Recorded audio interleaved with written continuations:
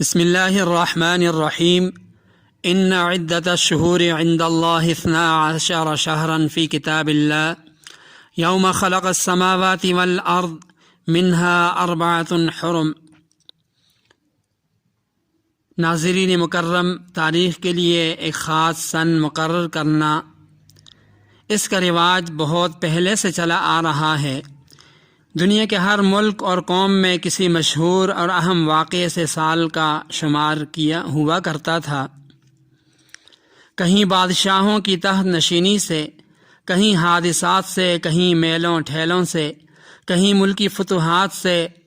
غرض تاریخ کے لیے سن کا استعمال کوئی نئی چیز نہیں، بلکہ اس کا رواج بہت قدیم ہے۔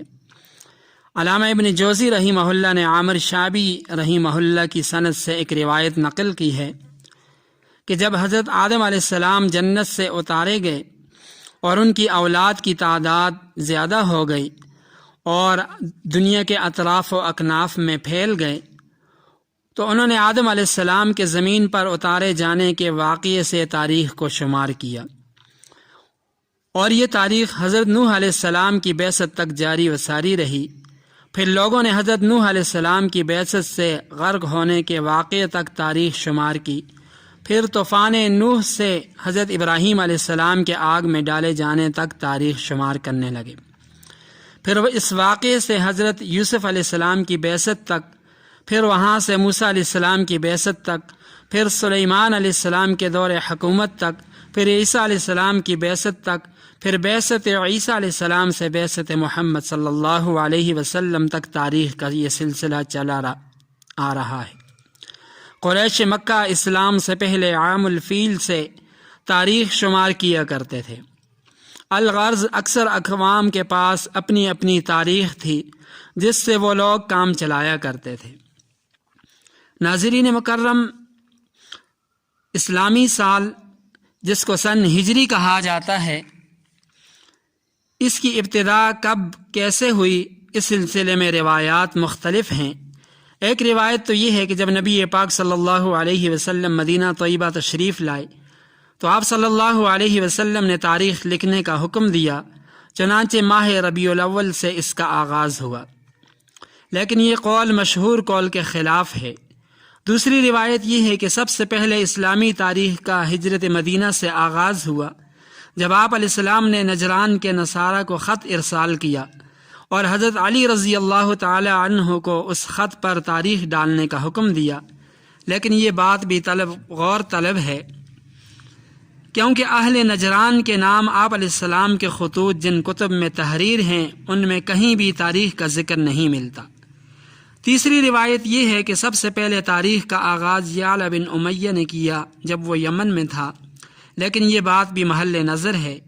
چوتھی روایت یہ ہے کہ حضرت عمر فاروق رضی اللہ تعالی عنہ کے دور خلافت میں ایک دستاویز لائی گئی جس پر صرف شعبان کا لفظ لکھا ہوا تھا۔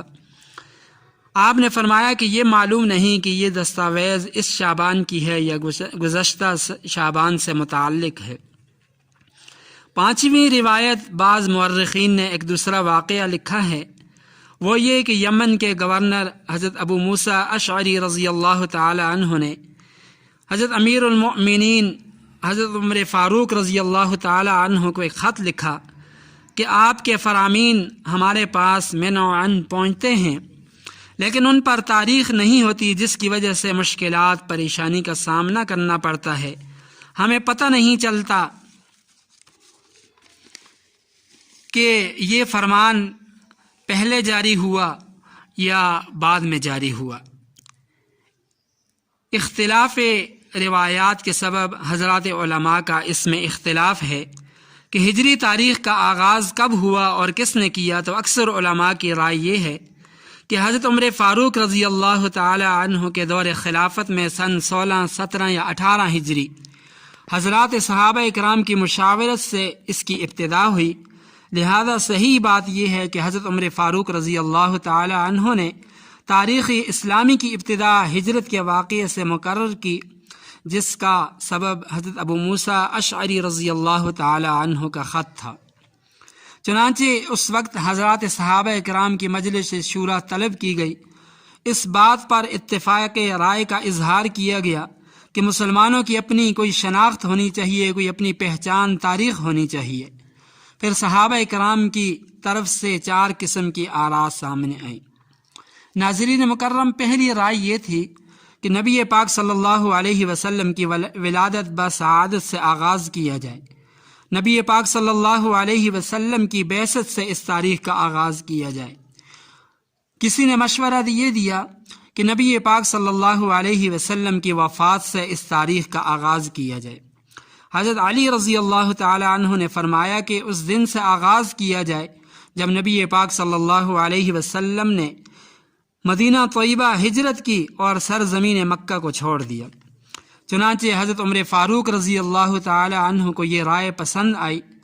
پھر آپ نے فرمایا کہ ہم ہجرت نبوی سے تاریخ کا آغاز کریں گے، اس لیے کہ نبی پاک صلی اللہ علیہ وسلم کی ہجرت نے حق اور باطل کے درمیان تمیز کر دی تھی۔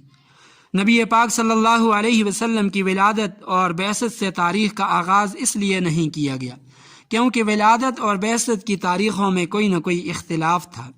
وفات سے اس لیے نہیں کیا گیا کہ وہ غم کا سال ہے، لہذا نبی پاک صلی اللہ علیہ وسلم کے مدینہ طیبہ ہجرت کرنے کے وقت سے اسلامی تاریخ کا آغاز کیا گیا اتفاق رائے سے۔ پھر یہ مسئلہ درپیش ہوا کہ کس مہینے سے اسلامی سال کا ہجری سال کا آغاز کیا جائے، تو بعض کی رائے یہ تھی کہ رجب سے آغاز کیا جائے، بعض کی رائے یہ تھی کہ رمضان المبارک مقدس مہینہ ہے اس سے آغاز کیا جائے، بعض نے رائے یہ دی کہ ربیع الاول سے آغاز کیا جائے۔ حضرت علی اور حضرت عثمان رضی اللہ تعالی عنہ نے ماہ محرم الحرام سے ہجری سال کے آغاز کا مشورہ دیا، تو اس کو حضرت عمر فاروق رضی اللہ تعالی عنہ نے پسند فرمایا اور ہجری سال کا آغاز ماہ محرم الحرام سے کیا گیا۔ ناظرین مکرم، یہاں ایک نقطے کی بات سمجھنے کی ہے، ایک بات قابل غور ہے کہ حضرات صحابہ کرام نے اسلامی تاریخ کی ابتدا جس واقعے کی بنیاد پر رکھی وہ واقعہ ہجرت ہے۔ حالانکہ تاریخ نبوی میں نبی پاک صلی اللہ علیہ وسلم کی مبارک زندگی میں اس کے علاوہ اور کئی اہم واقعات رونما ہوئے جن کو تاریخ اسلامی کی بنیاد بنایا جا سکتا تھا۔ مثلا نبی پاک صلی اللہ علیہ وسلم کی ولادت بسعادت کا واقعہ تھا، بعثت کا واقعہ تھا، معراج کا واقعہ تھا، غزوہ بدر احد کا واقعہ تھا، حنین کا واقعہ تھا، اسی طرح فتح مکہ کا واقعہ تھا، صلح حدیبیہ کا موقع تھا۔ مگر صحابہ اکرام نے اور خاص طور پر حضرت علی اور حضرت عمر فاروق رضی اللہ تعالی عنہ نے واقعہ ہجرت کو اسلامی تاریخ کی بنیاد بنایا۔ اس کی وجہ یہ ہے کہ حضرات صحابہ اکرام نے تاریخ اسلامی کی ابتدا ہجرت سے اس لیے کی کہ یہ واقعہ حق اور باطل کے درمیان فرق کرنے والا ہے۔ بعد میں آنے والوں کو یہ بات اچھی طرح سمجھ لینی چاہیے کہ اسلام دین برحق ہے، دین فطرت ہے، اس کو ختم کرنا ممکن نہیں اگرچہ اس کے خلاف 1000 سازشیں کوششیں کی جائیں۔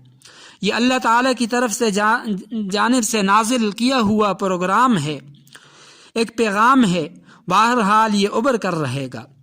ہجرت کا واقعہ سیرت کی کتابوں میں موجود ہے، اگر اس واقعے کو پڑھا جائے تو یہ بات واضح ہو جاتی ہے کہ کس طرح ہجرت سے حق اور باطل میں فرق ہوا۔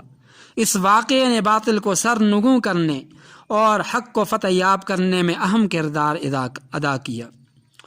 دوسری وجہ یہ ہے کہ حضرات صحابہ کرام نے ہجرت کے واقعے سے اسلامی تاریخ کو جوڑ کر ہمیں اس طرف متوجہ کیا کہ اسلام کی ترقی، اسلام کی سربلندی، اسلام کی شان و شوکت اس پر موقوف ہے کہ اہل اسلام ہر زمانے میں، ہر دور میں اس کے لیے اسی طرح قربانیاں دیں جس طرح نبی پاک صلی اللہ علیہ وسلم اور حضرات صحابہ کرام نے دی۔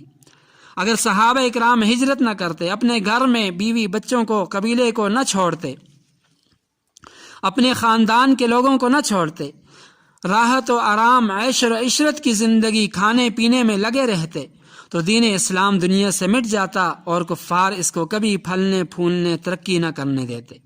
لہذا تاریخ اسلام کو ہجرت کے واقعے سے جوڑ کر ہمیں یہ درس دیا گیا کہ جب بھی تاریخ اسلام سامنے آئے، جب بھی ہجری سال شروع ہو تو مسلمانوں کے اندر وہی قربانی کا جذبہ پیدا ہو جو صحابہ کرام کے اندر تھا، جو انہوں نے دین کی خاطر قربانیاں دیں، جو جذبہ ان کا دین کے متعلق تھا۔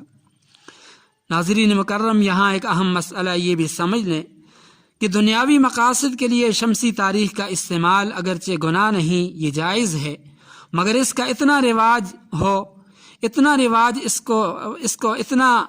اس کا رواج دے دینا کہ لوگ قمری تاریخ کو بالکل بھول دیں، اس کو پس پش ڈال دیں، جیسے کہ آج کل ہو رہا ہے کہ بہت سارے پڑھے لکھے لوگوں کو یہ بھی معلوم نہیں کہ آج کون سی اسلامی تاریخ ہے، کون سا اسلامی مہینہ ہے اور اس کے بعد کون سا مہینہ ہوگا، اسلامی سال کب شروع ہوا اور کب ختم ہوا، اسلامی سال کے مہینوں کے نام کیا ہیں۔ اگر ایسی صورتحال ہے تو یہ انتہائی خوفناک صورتحال ہے۔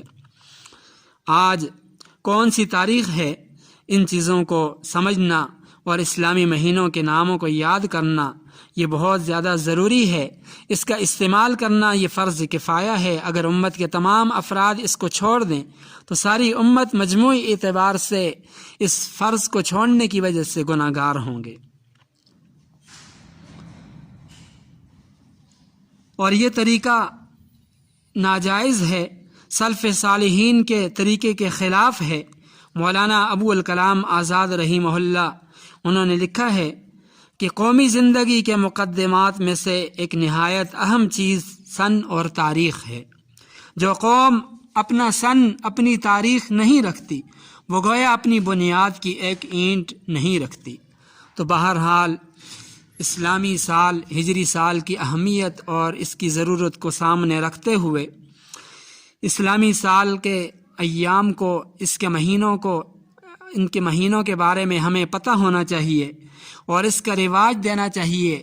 اپنے معاملات کے اندر اس تاریخ کا استعمال ہونا چاہیے۔ اللہ تعالی ہم سب کو عمل کرنے کی توفیق عطا فرمائے۔